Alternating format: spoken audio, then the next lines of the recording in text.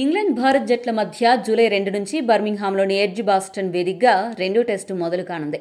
ఈ మ్యాచ్ కోసం రెండు జట్లు కూడా పూర్తి స్థాయిలో సన్నద్దమవుతున్నాయి. మొదటి టెస్టులో గెలిచిన ఇంగ్లాండ్ జట్టు ఈ టెస్టులో కూడా గెలవాలి అని చూస్తోంది. మరోవైపు టీమిండియా ఏమో ఈ మ్యాచ్లో గెలిచి సిరీస్ని సమన్ చేయాలని భావిస్తోంది. ఇటువంటి పరిస్థితుల్లో ఇండియాకే సూపర్ గుడ్ న్యూస్. ఇంగ్లాండ్కు హార్ట్ బ్రేక్ అయ్యే ఒక వార్త వెలుగులోకి వచ్చింది. ఆ వివరాలు ఇప్పుడు చూద్దాం. Team India assistant coach Ryan ten Doeschate మీడియాతో మాట్లాడుతూ ఏమన్నాడంటే, బుమ్రా ఖచ్చితంగా రెండో టెస్టుకు అందుబాటులో ఉంటాడు. అతను 5 మ్యాచ్ల్లో 3 ఆడతాడని మనందరికీ ముందు నుంచే తెలుసు. గత మ్యాచ్ తర్వాత కోలుకోవడానికి అతడికి 8 రోజుల సమయం లభించింది. ఇది చాలా మంచి విషయం. కానీ పరిస్థితులు, పని భారాన్ని దృష్టిలో ఉంచుకుని తదుపరి 4 మ్యాచ్ల్లో ఎలా ముందుకు వెళ్లాలి అనే దానిపై ఆలోచిస్తున్నాం. ఈ విషయంపై ఇంకా నిర్ణయం తీసుకోలేదు. ఇతర ఆటగాళ్ల పని భారంపై కూడా దృష్టి పెట్టాం.